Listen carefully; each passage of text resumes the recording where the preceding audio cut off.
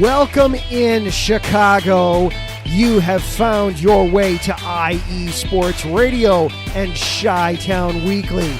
I am your host, Adam Karnick. So glad that you are here spending part of your week with me, talking sports in the best town in the U.S. Got a lot on the plate tonight. Going to be talking Bears. Rookie minicamp was over the week. How did the guys look? There were some comments from offensive coordinator Luke Getsy that I want to get into. Vales Jones Jr. was an interesting player over the weekend. Some thoughts about him, just some Bears thoughts in general in anticipation of the schedule getting released later this week. The Chicago Sky tipped off their season right at the end of last week, beginning the defense of their first ever title. We will recap their first game of the year. Didn't end quite the way we would have hoped that it did, but still we will recap and look ahead at the Sky's upcoming season. The White Sox are on a winning streak. They get ready to host the Guardians tonight. They are set for first pitch here in just about 9 minutes or so. And finally, we've got some good weather to be playing baseball in the city. My goodness. The rain took forever to go away. And then it is IE Sports Radio's birthday this weekend. And not only this show, but all of the shows will be celebrating in some way this week. And so we will do likewise. All that and more coming up. This is Chi-Town Weekly. Buckle on up. Let's have some fun.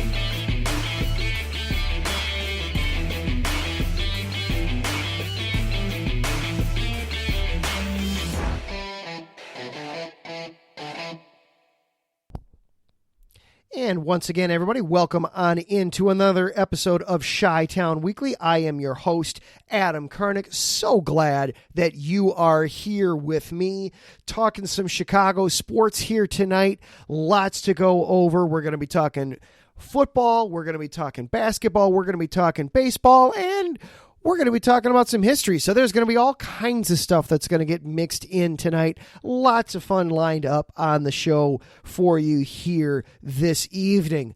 But before we get too far into everything, of course, we do need to acknowledge our sponsors for the week. The Southern California Warriors semi-pro football team. The world of semi-pro sports is unlike any other sports organizations. Players pay to play in hopes of so many different outcomes, whether it's playing to get filmed to try out for professional teams, big-time colleges, or just playing to stay in shape. No matter what, all semi-pro players have one thing in common, and that's playing for the love of the game.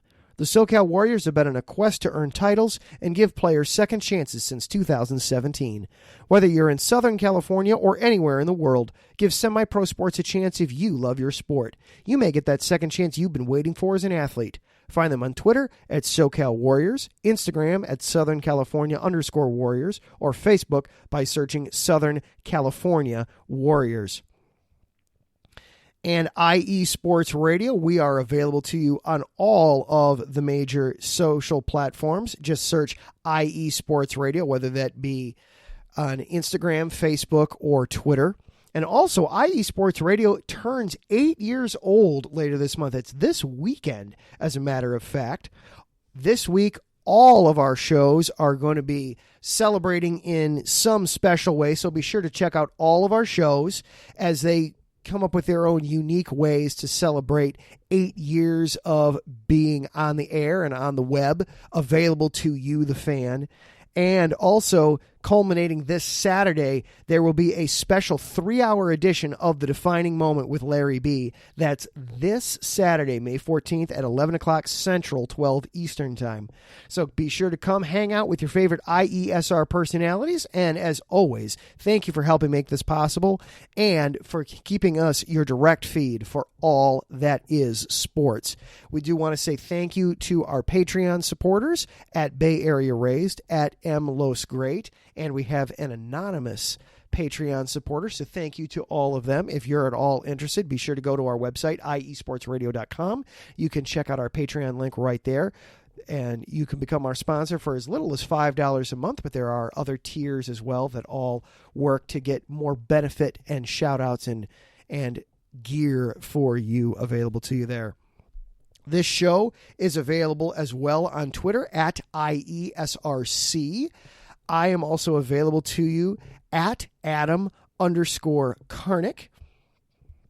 And if you are listening live here tonight on the Spreaker app, be sure to log on into the chat room. We can interact back and forth that way. I see that Taryn is in there saying good evening. He's going to be on right after us. He's making some final preparations for his show, Set Point. He's going to be talking all things volleyball coming up right after us, including the Chicago Untouchables having a rough start to the National Volleyball Association season. They have yet to win a match, unfortunately, so hopefully they'll be able to turn things around there. But be sure to stick around. Taryn does an excellent job breaking down. You wouldn't believe how much news there is in the world of volleyball. Taryn finds it all and breaks it down for you in a way that's very easy to get at for you. So be sure to stick around for him.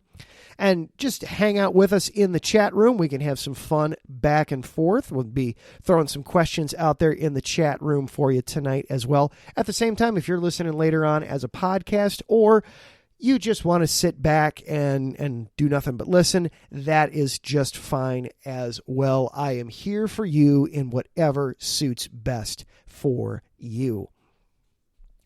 So I wanted to start things off tonight talking Bears. Had rookie minicamp over the weekend, kicked off the rookie minicamp by announcing that they had signed 7 of their draft picks. Gone are the days of you have to sit around and wait months and months and months for the draft picks to sign, and usually the first round pick, whoever he is, he usually winds up missing a little bit of the start of training camp because they're holding out for just the right amount of money. I love that the rookie salary cap that they kind of put in place about 10 years ago or so. I love that. It just makes it so streamlined and easy to get these guys signed and in so that they can start working with the coaches, start working with the trainers, start working with the teams right out of the gate. Still working on the biggest names to sign. Brisker hasn't signed. Vales Jones Jr. has not yet signed his rookie deal yet. And Kyler Gordon has yet to sign a rookie deal as of yet. That's not completely unexpected. Usually it works. You sign from the back forward with draft picks just because the money works itself.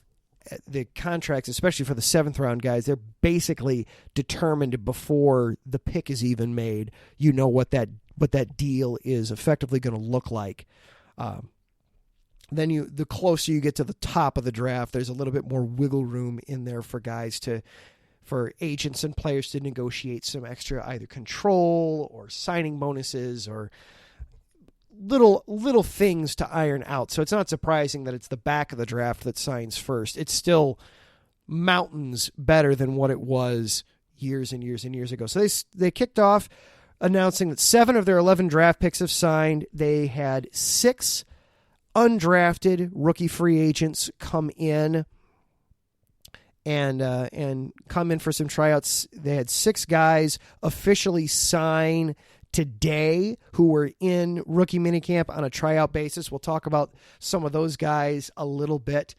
And then it was fairly uneventful throughout the weekend. Just get some guys in, get some work in, get going a little bit. The one guy that his name came up a few times, and his name has come up quite a bit post-draft, sometimes in a positive light, sometimes in a negative light. So a polarizing pick has been Vales Jones Jr. Vales Jones Jr., 3rd round pick out of most recently Tennessee. You'll remember he effectively had a 6-year college career. He started his collegiate career at Southern California. There with him, he loved that Vales showed up to rookie minicamp in a suit and tie, very businessman, workman-like attitude towards this whole thing, and that reflects on, he's a little bit older than some of these guys. A lot of these other guys coming in are 20 or 21 or 22. So he's a little bit older. And you think about where we were at age 22 compared to where we were at 25. We were, different life experiences, but probably for all of us, it'd say, yeah, we're a little bit more mature at 25 than we were at 21 or 22. Certainly at 21, alcohol becomes legal, and then brain cells are dying for all kinds of fun reasons. But lots of praise from Getsy around the Vales pick. I don't spend a ton of time on the Bears website. I'll be honest about that. It's not that they do a bad job of reporting, but that everything you're going to get, and this isn't exclusive to the Bears by any means, but that everything you're going to be getting on the Bears website is going to be tailored to paint the franchise in the best light as possible. And to the point where sometimes it's like, you just need to call a spade a spade.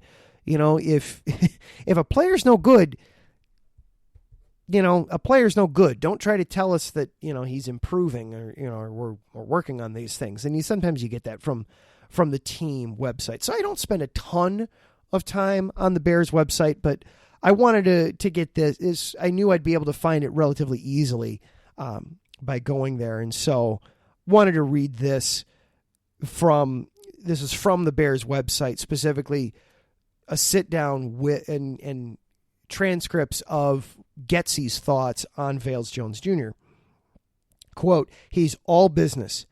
He came in a suit. He was ready to go.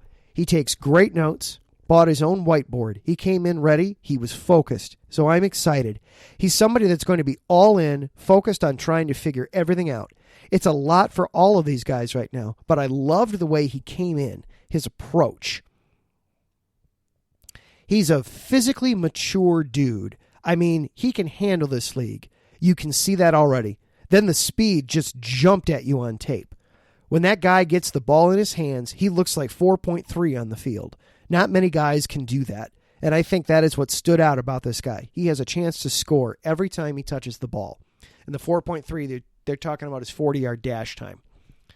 It is nice that the time that was recorded while he was in shorts and athletic equipment translates when he's wearing a little bit more football equipment. Now, again, this weekend, they're not in full pads and uniforms by any means, but it's nice that it's translating, at least initially, into what might possibly be real game speed. And the more I was thinking about it, the more I was reading about it, and also some thoughts from polls and reading what some of the guys over at NBC Sports Chicago were saying, not only about Jones Jr., but about the Bears draft in general, trying to piece some things together. Ryan Poles seemed to put a premium on versatility, on guys being able to play various positions, more than just one spot. Kyler Gordon can play both outside and inside as a cornerback, so both in the traditional corner and also in the nickel slot corner position. Brisker talked about being more of a ball hawking safety or being comfortable sliding down into the box and playing against the run, being right up there close to the line of scrimmage to be able to defend against the run. Several offensive linemen that are comfortable both playing inside and outside or playing on either side of the line of scrimmage. A premium on versatility. And with Jones Jr., the versatility there seems to be he's a little bit big in the body. Some people have commented that he looks a little bit like a running back playing out there at the wide receiver position. And the name that kept popping into my head was a guy who right now is available on the, at least reportedly is available on the trade market. At the same time, it would be wildly inappropriate for the Bears to go get him. But he's somebody that has had success with an offense that might be similar to what the Bears are running. So I want to preface this a little bit. Luke Getsy, last year he was with Matt LaFleur in Green Bay, and Matt LaFleur previously was with Kyle Shanahan of the San Francisco 49ers. So it's an extended branch off of the Shanahan coaching tree, Luke Getsy being the Bears offensive coordinator, meaning that it would not be inappropriate to think that Getsy's going to be running some kind of version of the Shanahan West Coast. And the player that kept coming to mind as I was reading about Vales Jones Jr. is Deebo Samuel. I want to point out some of the measurables here. This is Vales Jones Jr. height and weight. 6 foot, 204 pounds. All right. Deebo Samuel, 6 foot, 214 pounds. Very similar height. Jones Jr. comes in just a shade under 6. He's 5'11 and 3/4. Deebo Samuel's also just a shade under 6 feet. Round up. It's okay. We're allowed to round up here. Very, very similar weight. Vales Jones Jr., a 4.3 40-yard dash. Deebo Samuel, a 4.48 40-yard dash. So Vales Jones Jr., a little bit faster. At the same time, 4.48 is by no means slow for a 40-yard dash. And then listen to some of these. I'm going to start with Deebo. I'm going to start with Deebo Samuel. Some of the pre-draft scouting report. This is from Bleacher Report. This is for Deebo Samuel. Strengths: a burner with immediate skills as a returner and receiver. That's Vales Jones Jr. He was also a kick returner at Tennessee. In fact, that's what he was more known for, was being a kick returner. Excellent speed and agility, able to get into the open field smoothly. And this is Deebo Samuel. Thick-bodied player who looks more like a running back at 5'11", 214. Won't have any issues taking on tacklers or beating press coverage with strength.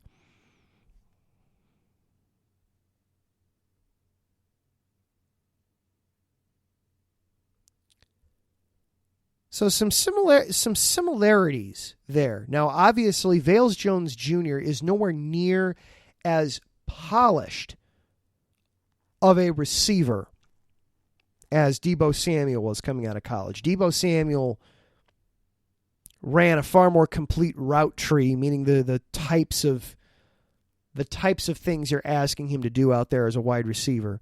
Whereas Vales Jones Jr., effectively, it was either go routes, just run straight down the field and put your arm up when you think you're open.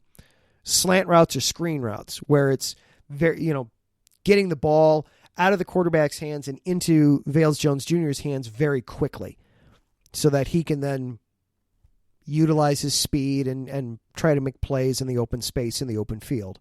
When Vales Jones Jr. was asked to run routes, more complicated routes than that, he struggled with it. All right, well, that's something, obviously, that's why you have coaches to try to help with that, to try to add some more routes into his tree so that he knows how to run them comfortably.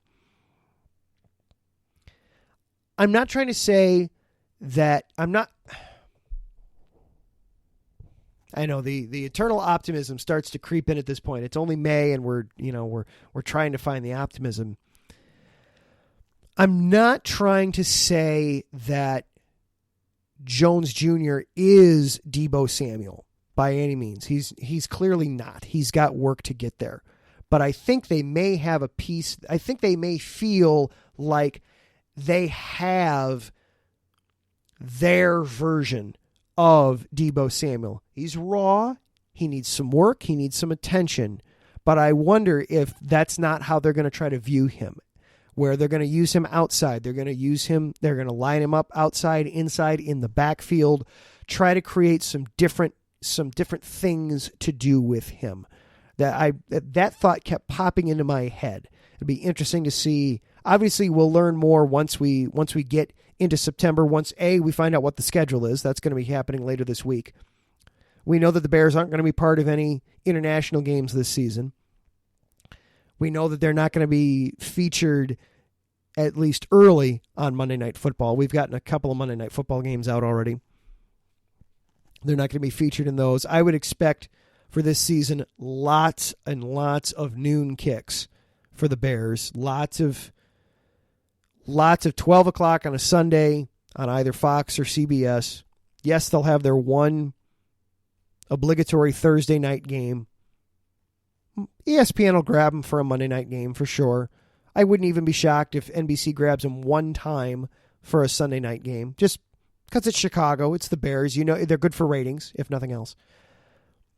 But I would expect a lot of Sunday at noon, when that schedule comes out. Obviously, we'll learn more about what their plan is when we get to the regular season. But I have that in the back of my head. So plant that seed in your mind. And let me tell me what you think about it. Tell me what you think about that Vales Jones Jr. might be at least their first attempt at getting this offense's version of Deebo Samuel.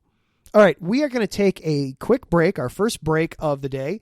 And then when we come back, the Chicago Sky tipped off their season on Friday, defending their first ever WNBA title. We will talk about that, plus some other things happen around the city. This is Chi-Town Weekly here on IE Sports Radio, your direct feed for all that is sports.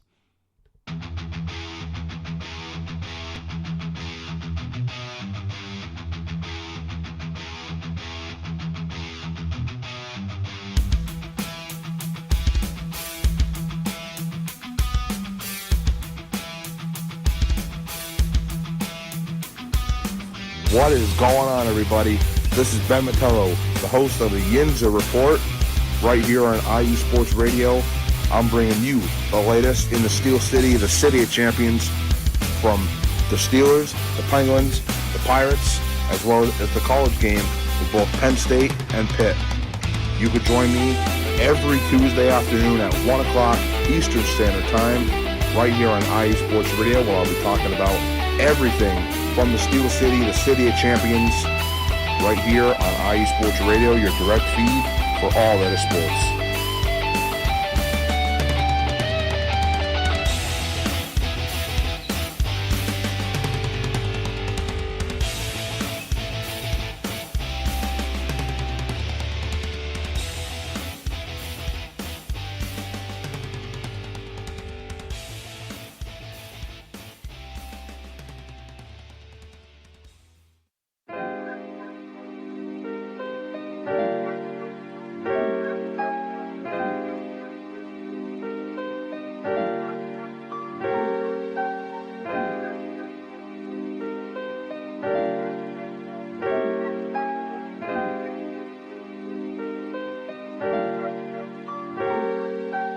Hello, ladies and gentlemen. My name is Davidson. It's your boy, Dentarius Locke.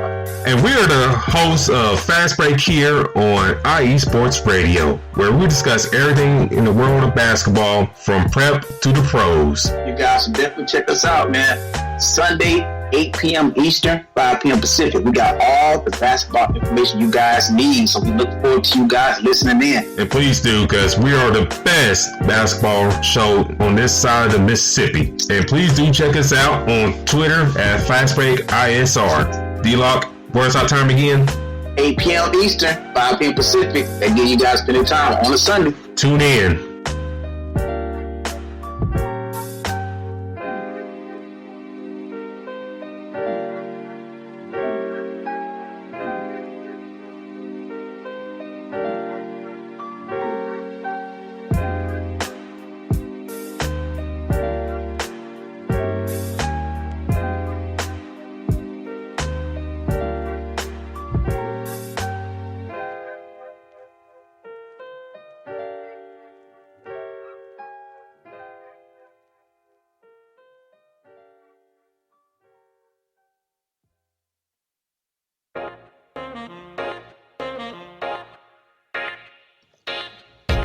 What is going on, everybody?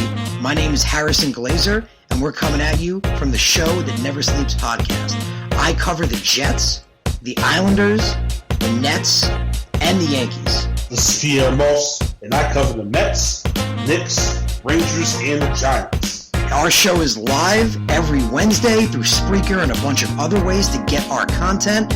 Again, we're the Show That Never Sleeps podcast. We talk about all those New York sports. It's a lot of fun. We get into all of it. Please tune in. Again, that's Wednesdays at 6 p.m. And we look forward to having you guys right here on IE Sports Radio, your direct feed for all that is sports.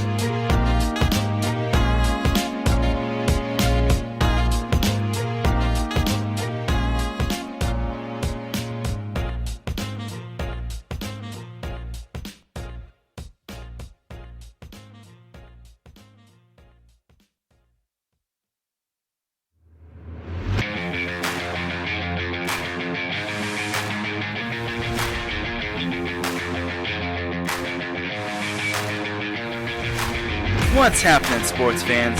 Are you a fan of Southern California sports? Are you looking for a show hotter than a hot summer day in California? Then look no further than the SoCal Supreme Sports Show, where I talk about all things Southern California sports. That's right, all sports teams from Southern California. From the hard-hitting tackles of the NFL, to the killer crossovers and big three-pointers of the NBA and WNBA, to the grand slams of the MLB, to the bone-chilling goals of the NHL, and to the booming kicks of the MLS, the SoCal Supreme Sports Show has it all for you. Oh, and let us not forget about the college sports as well. So join me, Taryn Rodriguez, every week here on IE Sports Radio, your direct feed for all that is sports.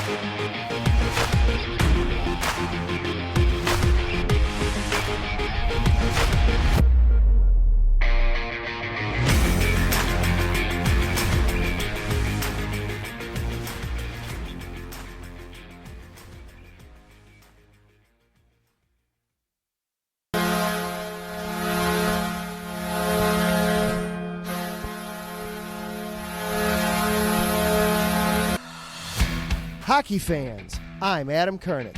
And I'm Zach Puplis. Together, we are the newest version of Hockey Talk on IE Sports Radio, The Neutral Zone. Zone. We love hockey, but we also know it's not everyone's first sport. So we want to make this show as much for new fans as for the diehards. Whether you can name all the Swedes on the 08 Red Wings Stanley Cup team, or if you can't tell if Varlamov is a goalie or the latest trendy vodka, we're here to help. With facts, figures, and outrageous fans, we bring you all the hard-hitting hockey news you can handle, while still keeping it fun and on the rails. Well, mostly. So tune in every week as we go around the hockey world, from college to Canada, the minors and the majors, and everywhere in between. So bring your cellies. And your one-timers. Your wicked wristas. And be sure to protect your five-hole. Catch the Neutral Zone every week on IE Sports Radio, your direct feed for all that is sports. We promise not to pick on the Arizona Coyotes every episode.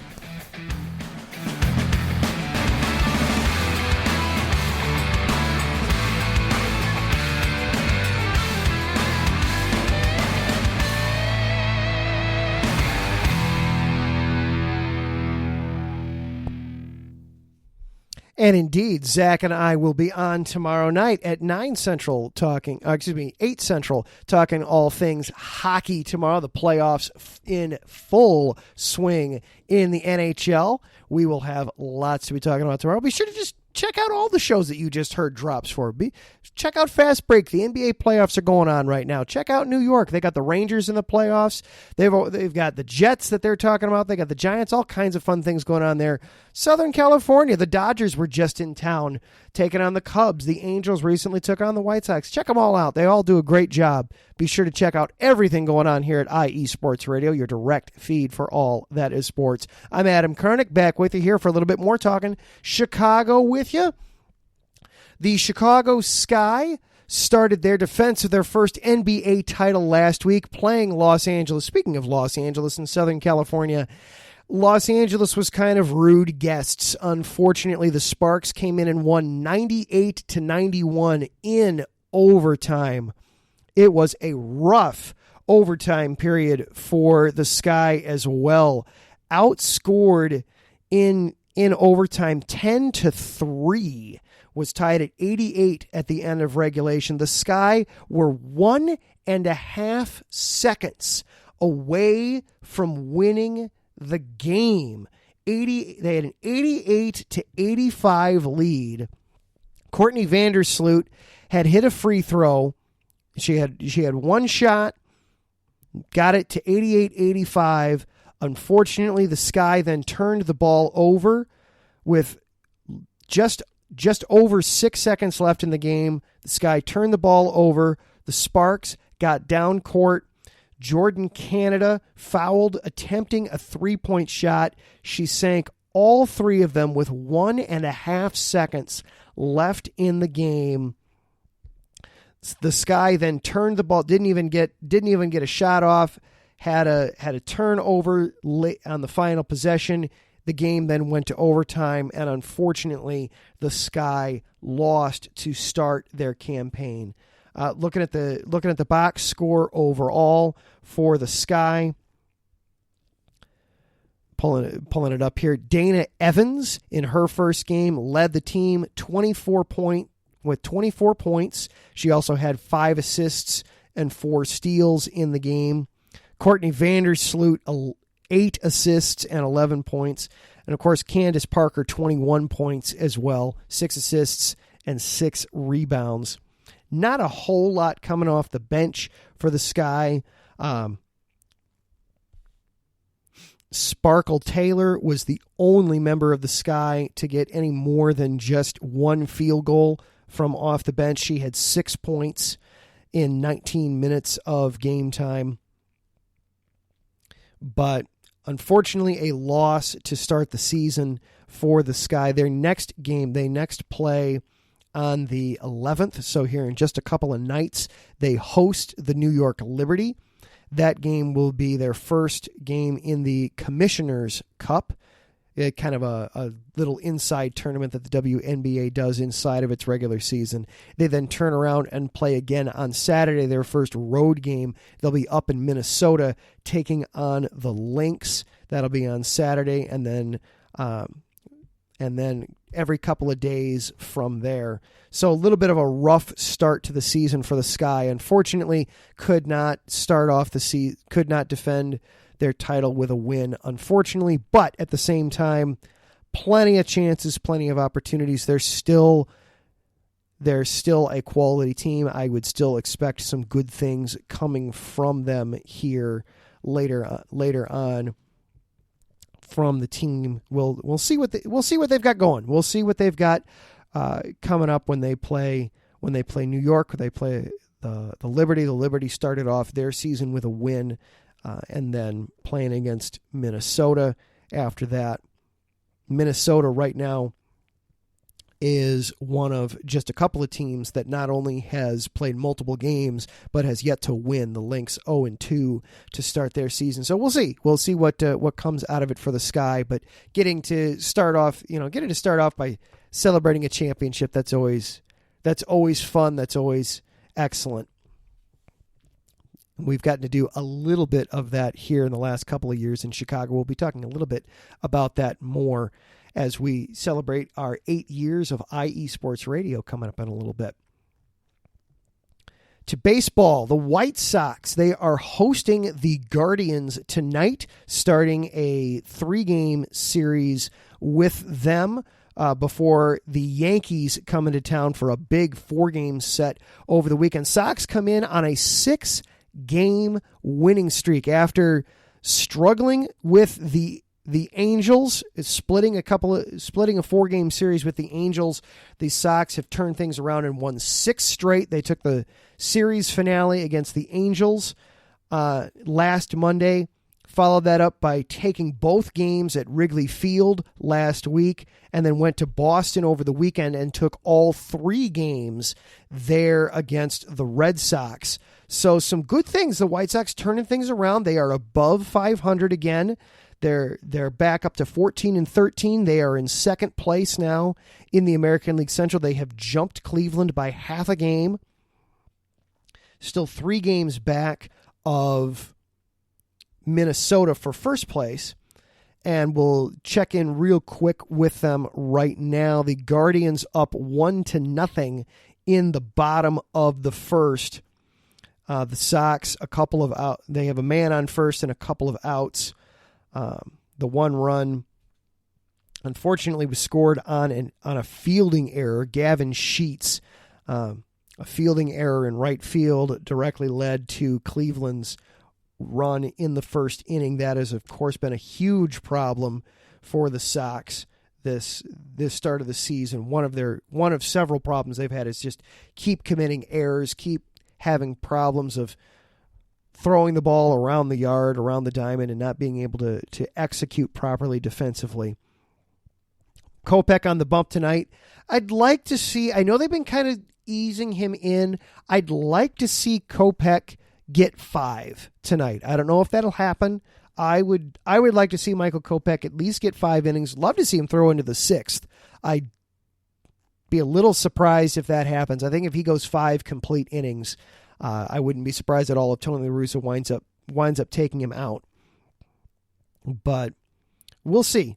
You know, he's been pitching well. He's been doing very well as of late. But of course, this is his first full season as a starter. They had the truncated and odd spring training, so pitchers are still working on getting themselves fully stretched out here to start the season. We'll see what happens. But currently, bottom of the first inning, it is Cleveland 1, White Sox nothing. We'll see what else comes of that. But it has been nice to see the Sox turn things around and get on a bit of a winning streak here, because they've still got some tough games coming up. As I mentioned, they've got the Yankees coming in this weekend for a big 4-game set over on the south side. Then they've got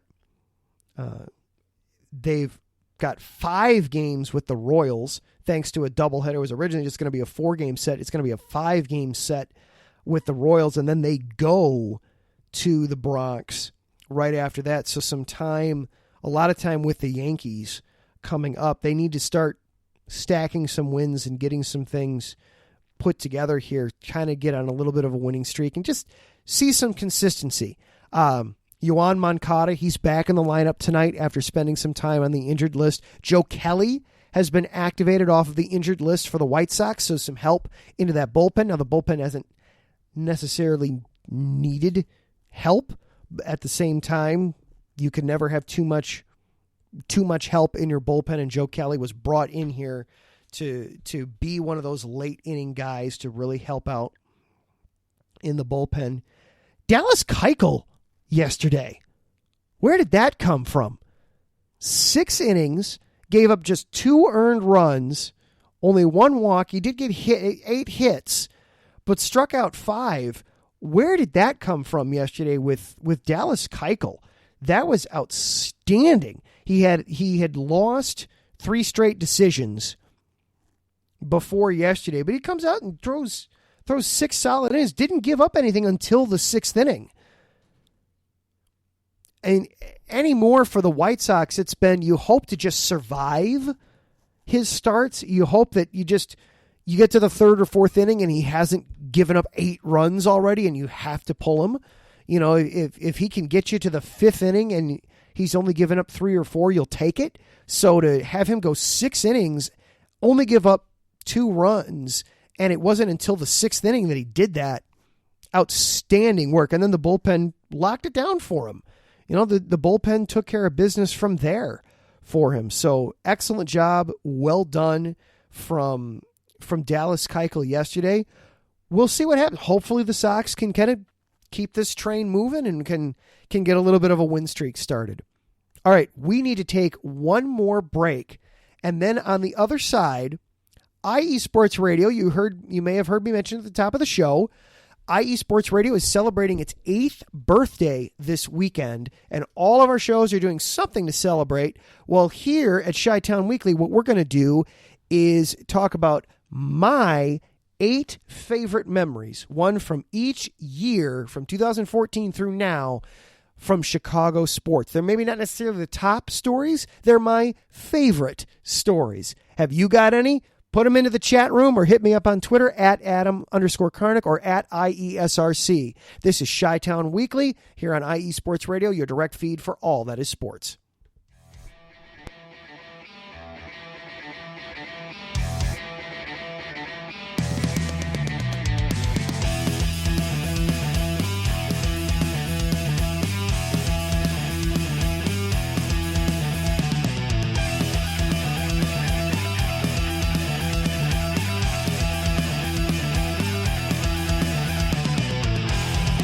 It's IE Sports Radio. It is your direct feed for all that is sports. It is Philly Sports Talk with Cash and Chris every Tuesday night right here on IE Sports Radio, your direct feed for all that is sports. Philly Sports Talk with Cash and Chris is the most comprehensive view on Philadelphia sports exclusively right here on IE Sports Radio. You know what it is, your direct feed for all that is sports. Tuesday night, IE Sports Radio, Philly Sports Talk with Cash and Chris.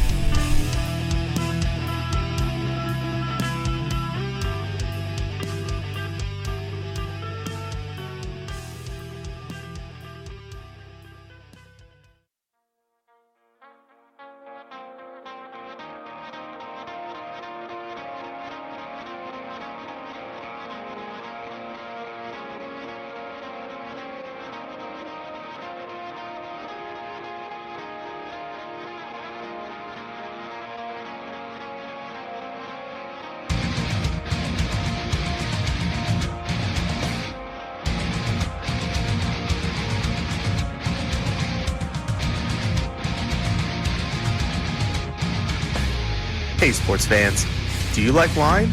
Well, we've got the show for you. This is Let's Wine About Sports, a show where we talk about wine and sports simultaneously. From the classic Cabernet Sauvignon all the way down to the grapes that you've never even heard of before. Oh yeah, we cover it all. And we'll talk about a little bit of sports as well. Football, hockey, collegiate, women's sports, it doesn't matter. We're going to talk about it all, and we're going to whine about it all. So join me Monday at 8 p.m. on IU Sports Radio, your direct feed for all that is sports.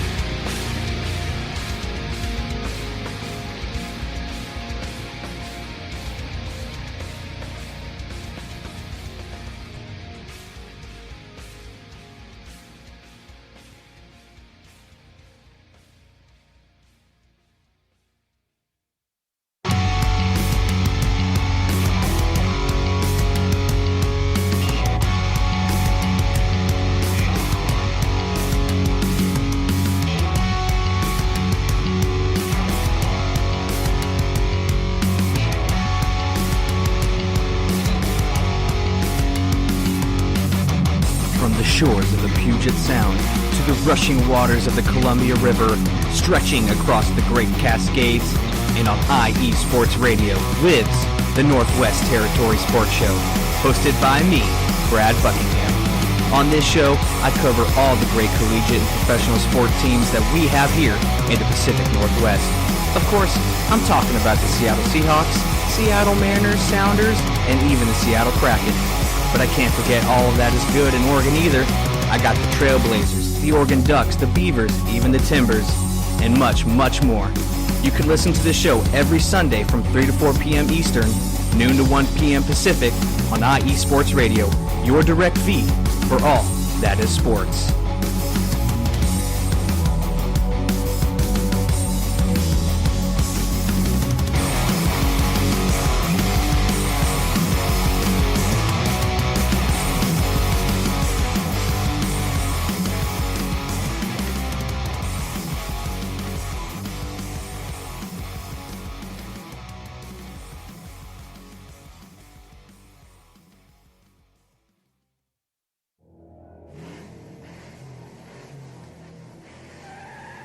Motorsports takes many forms, and there's one show on IE Sports Radio that's ready to cover it all.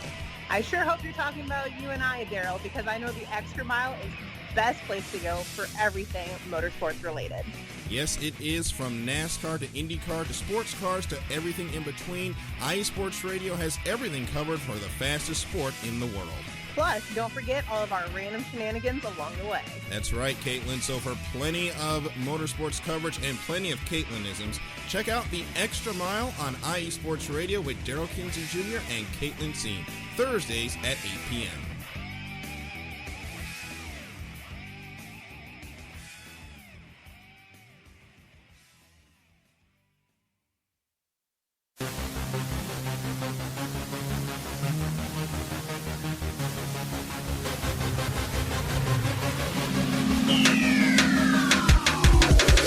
What's up, everybody? This is Taryn Rodriguez.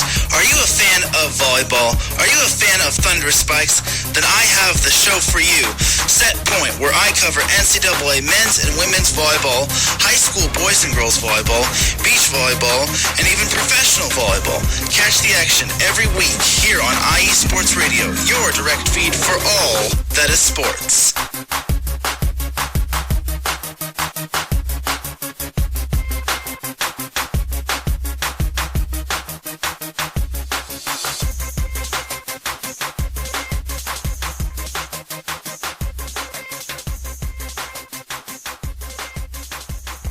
And, of course, Taryn is going to be coming up right after us on Set Point, so be sure to stick around there.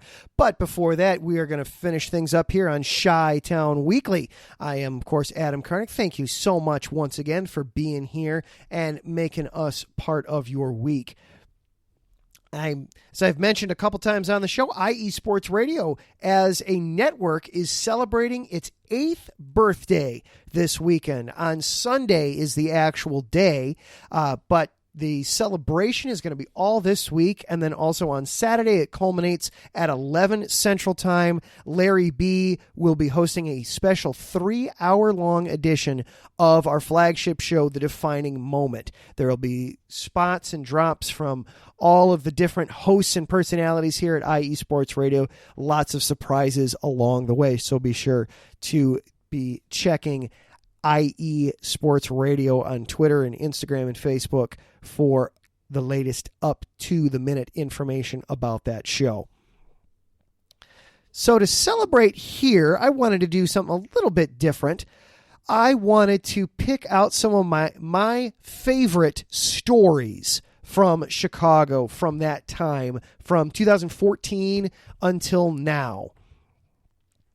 2014, ironically enough, was also the year that I got married, so there may be some personal things that just float their way into this conversation too.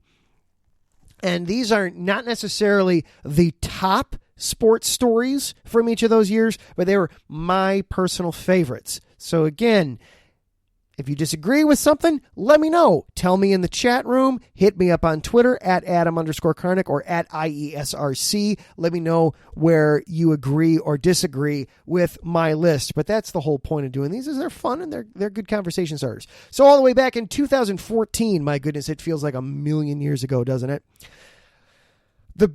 My favorite story from that time, the Cubs. They were still very much in their infancy of their rebuild. We could see it coming. We saw enough from Theo and Hoyer that we knew good things were on the way. And in 2014, Joe Madden became the manager. Came in with a press conference for the ages.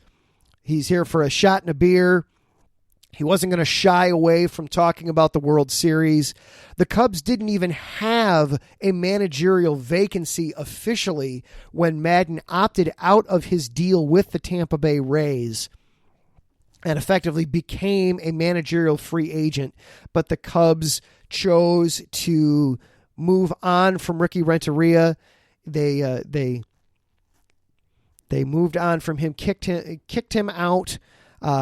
That's being harsh. Theo said later that he said that was the most unfortunate thing about bringing in Joe, was that unfortunate that meant they had to let Ricky go, and he wanted to make sure that everybody knew that Ricky was that was not a reflection at all on Ricky Renteria. But 2014 was when they brought in Joe Madden, and also then when John Lester, probably the greatest free agent signing in the history of the city, was later that offseason when John Lester signed with the Cubs. So 2014, my favorite story, the Joe Madden signing, and then later the John Lester free agent signing for the Chicago Cubs. There's been a few championships that Chicago has won since IE Sports Radio came into existence, and in 2015 we find our first one, the Blackhawks dynasty. I know I've talked, unfortunately, bad things about the Blackhawks of late. 2015, that was a lot of fun. That was what proved to be the final championship for the dynastic run for the Blackhawks. We count that dynasty starting 2008, 2009 through I'll give it really through to the end of the 16-17 season, but 2015 was the last time they won a championship. That's possibly the most memorable one because of the three, it was the one that they won in Chicago. And that Game 6 in Chicago was electric. And not just because they were playing the Lightning. I'm sorry. Duncan Keith scored what proved to be the cup-winning goal in a back and forth goalie battle. That was a huge defensive battle. In the first period, I remember Corey Crawford stopped a breakaway. We all thought that puck was headed into the back of the net. There was no way Crawford would be able to make the stop. Stops a breakaway. Then in the second period, the Hawks able to take advantage of a bad line change by Tampa Bay. Duncan Keith gets off a shot. Ben Bishop, who was hurt that entire series for Tampa Bay, made the initial stop but gave up the rebound. Duncan Keith never gave up on the play, buried it in the back of the net. It's one of the most memorable goals in Chicago history because it won the cup in Chicago. Duncan Keith, by the way, he's still playing. He's actually in the playoffs right now. He's playing for the Edmonton Oilers. They are tied at 2 games apiece in their series against the Los Angeles Kings. Their next game, Game 5, is tomorrow night in Edmonton. So if you have fond memories of Duncan Keith, you can still watch him play with Edmonton. We'll be talking about him a little bit tomorrow night on the Neutral Zone. 2016, there can be only one story. It's hard to say that this is another championship because it's the championship.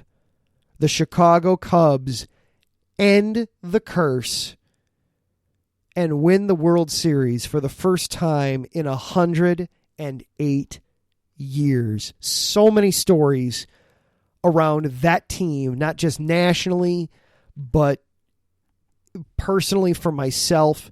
I remember when the playoffs started, Game 1 of their National League Division Series against the Giants, my wife and I were on our way to Minnesota to celebrate her parents' 50th wedding anniversary. We were driving into the city. We got a hotel at one of the Midway hotels for our flight the next morning. We were listening to the game the whole drive over in the car. It was 0-0 going into late into the game. We got to our hotel basically at the top of the 8th inning. We raced in, got checked into our room, went upstairs to our room, threw our bags into the room, and then raced back down into the lobby to get into the little restaurant bar that they had there. We got there just in time to see Javier Baez hit the solo home run. I can still hear Matt Vasgersian on the call as Baez sends it deep to left, and that wind just was eating up everything. It did everything in its power to keep that ball in the yard. but Baez got just enough of it that it landed in the basket. Lester said after the game, thank God for that basket. Vasgersian said during the call that ball was headed out to Waveland, and the wind did everything it could to keep it up. But that game, I know I've talked a lot about that game in particular over the years, that Game 7 of the World Series. My wife couldn't bring herself to watch the game. She spent the first 6 or 7 innings in the kitchen baking, and then when the Indians tied it late in the game, she couldn't take it. She had to leave. She had to go into the bedroom and just be done for the night. I stayed up and watched the whole thing, and just what a roller coaster of a game. That will be the greatest Game 7 ever played by any team in any sport. So there can be only one choice in 2016. It is the Chicago Cubs winning the World Series. 2017 brings some interesting things there. Of course, you still had the Cubs being very good. They made it to the National League Championship Series yet again. You had Mitchell Trubisky get drafted by the Bears. But to me, my favorite story from 2017 is Northwestern University men's basketball team made it to the NCAA tournament for the first time in their program's history. Didn't do terribly well once they got there, but they were that Cinderella. They were that Cinderella team for that year. Northwestern making its first ever NCAA tournament in 2017. That's my favorite story from then. 2018, I've actually got 2 for 2018. Taryn is bringing up some great Loyola of Chicago volleyball stories. 2015, Loyola beat Lewis in 5 sets to clinch the national championship. That's when Chicago officially became a volleyball city. And also the men's volleyball, so that must have been the women's team. And then in 2014, the men's team won the national championship by beating Stanford. So Loyola has won 2 volleyball national championships as long as IE Sports Radio has been around. 2018 saw the Loyola men's basketball team make its magical Cinderella run to the Final Four of the NCAA tournament.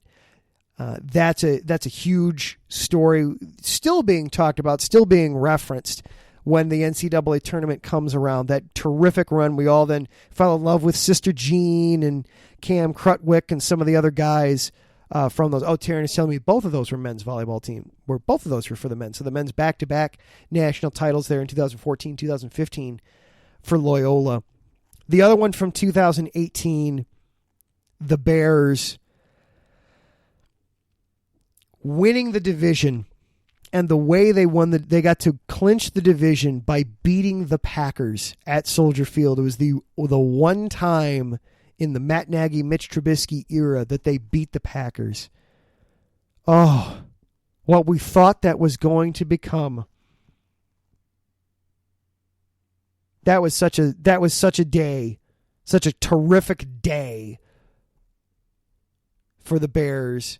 What we thought that was going to turn into. Of course, you have the double doink happen a few weeks later, and they left the playoffs early. I still maintain if Cody Parkey hits that kick, I didn't think the Bears were necessarily going to the Super Bowl that year. I felt like they would have lost. They would have ultimately lost to the Saints in the NFC title game. But what we thought was on the horizon, what we thought was just around the corner with that team. So that's another favorite story from 2018. 2019 and 2020, you get into some darker times, harder to find favorites. 2019, especially, just some hard things. You had the Blackhawks dynasty was over by 2019. The Cubs dynasty was we were beginning to see the end of it there in 2019. We were recognizing that unfortunately it probably wasn't going to be more than just one championship. So 2019 is a little bit harder to find that story for. I'm gonna do my best anyway, because you had everybody miss the playoffs. The women's sports, however, were able to dominate. You had the Red Stars advancing to the championship in the National Women's Soccer League. So we'll go with that there. And then 2020, of course, nothing good really came out of 2020. But we got to see the Cubs and the White Sox in the playoffs at the same time. Who knows when that'll happen next? We saw the one last gasp from the Cubs playoff run. We saw what might be the beginning of hopefully the White Sox window opening up if things can normalize in the world a little bit and they can get a regular off season and just some normality into the Major League Baseball season.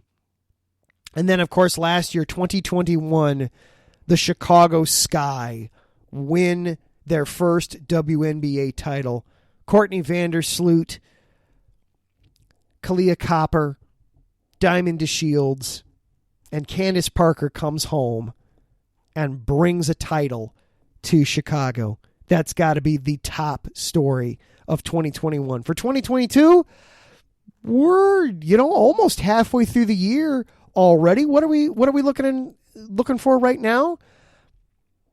One of the first things for me, Seiya Suzuki for the Cubs, has been a wonderful story for them to start the year, that they managed not only to sign him, but that he had instant success here in Major League Baseball right out of the gate. And I'll throw in an old one from 2021. I'll put it into 2022. Justin Fields. I'm still a fan. I'm still looking and hoping and expecting big things out of him coming into 2022. All right. With that, we have got to get out of here because Taryn is being really patient, being great, but he is coming up right after us. We have got to get out of his way. A big thank you, of course, to the Southern California Warriors for continuing to sponsor not just this show, but all of the shows here on IE Sports Radio. Thank you to Larry for all the hard work you do in keeping everything running behind the scenes here at the network, getting shows lined up and getting everybody moving in the way that we need to, moving all in the same direction. And Larry, I know you've got a very big weekend upcoming, man. Don't forget to breathe, take it all in, and just enjoy it, man. If you're doing it right, you only get married once. Thank you to Taryn for hanging out with us here in the chat room. Larry was hanging out with us in the chat room a little bit tonight as well. So thank you to them for hanging out with us in the chat room tonight. And of course, thank you to all of you for listening wherever you are, whether you're in Chicago or you're elsewhere in the country. Thank you for listening and making me part of your week. It means a lot. I really do appreciate it. This is fun. I really enjoy this. I'm glad that I'm able to do this with you guys. Of course, coming up next is Taryn Rodriguez with Set Point, breaking down all things happening in the world of volleyball, including right here in Chicago. So be sure to stick around for that. Next week, of course, we're still going to be talking baseball. We're going to be updating on the Cubs and the White Sox, everything going on with their series. We're going to be breaking down the Bears' schedule, whenever the NFL decides to finally release the damn thing. Just get it out there. We'll talk about that a little bit, and we will be probably looking at the Bulls and seeing what they can hope to expect to accomplish next year. All that and more right here again next week. Until then, be good, be safe. We'll see you next time.